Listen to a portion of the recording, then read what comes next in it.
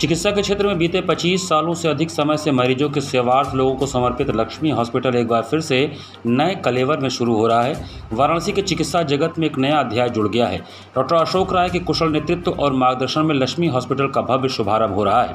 शुक्रवार को लक्ष्मी हॉस्पिटल में हॉस्पिटल के प्रबंध निदेशक डॉक्टर अशोक राय ने पत्रकारों से बातचीत के दौरान इस बात की जानकारी देते हुए बताया कि इस नए अस्पताल का उद्देश्य क्षेत्र के मरीजों को बेहद आधुनिक, विश्वसनीय और किफ़ायती स्वास्थ्य सेवाएं एक ही छत के नीचे उपलब्ध कराना है।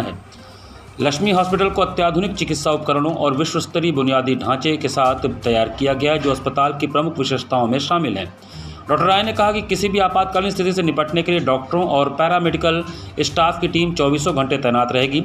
अत्याधुनिक ऑपरेशन थिएटर में जटिल से जटिल सर्जरी को सुरक्षित तरीके से अंजाम देने के लिए हाइजीनिक और मॉडर्न मॉड्यूलर ओटी उपलब्ध हैं। हॉस्पिटल विभिन्न रोगों के विशेषज्ञ डॉक्टरों की टीम मरीजों की देखभाल के लिए उपलब्ध रहेगी। सटीक बीमारी का पता लगाने के लिए आधुनिक लैब, एक्सरे और अन्य जांच सुविधाएं होंगी। आईसीयू और एनआईसीयू के गंभीर मरीजों और नवजात शिशुओं के लिए विशेष गहन चिकित्सा कक्ष को बनाया गया है।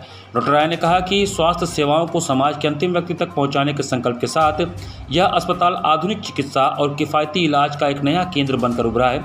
अस्पताल की सबसे बड़ी विशेषता यह है कि यहाँ सरकार की आयुष्मान भारत योजना के तहत इलाज की बेहतरीन और सुचारू व्यवस्था की गई है। 25 वर्षों के बाद जो यहाँ पे हम लोग सुविधाएं हैं उसमें और उसको बेहतर करके ज़रूरतमंद जो मरीज हैं उनका हम लोग इलाज करेंगे।